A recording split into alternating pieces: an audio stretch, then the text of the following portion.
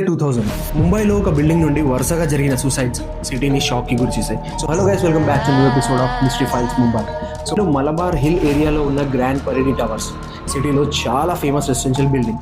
ఈ building 1970లో construct అయింది మరియు ముంబైలో హై ప్రొఫైల్ రెసిడెంట్స్ ఈ బిల్డింగ్లో ఉంటున్నారు.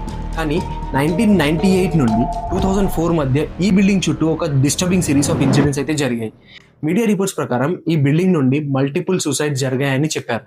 మోస్ట్ షాకింగ్ ఇన్సిడెంట్ 2004లో జరిగింది. రిపోర్ట్స్ ప్రకారం ఒక ఫ్యామిలీలో 4 మెంబర్స్ బిల్డింగ్ టెర్రస్ నుండి జంప్ చేసి సూసైడ్ చేసుకున్నారు. ఈ ఇన్సిడెంట్ ముంబైలో చాలా పెద్ద డిస్కషన్ గా మారింది. ఈ ఇన్సిడెంట్ తర్వాత బిల్డింగ్ గురించి చాలా రూమర్స్ స్ప్రెడ్ అయ్యాయి. లోకల్స్ ప్రకారం బిల్డింగ్ లో నెగటివ్ అట్మాస్ఫియర్ ఉందని రూమర్స్ స్టార్ట్ అయ్యాయి.